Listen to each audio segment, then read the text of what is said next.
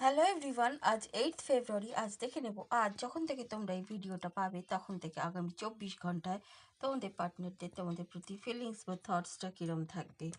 First card পেয়েছি, হ্যাঁ, 6 of swords. হ্যাঁ, তারা যে একটা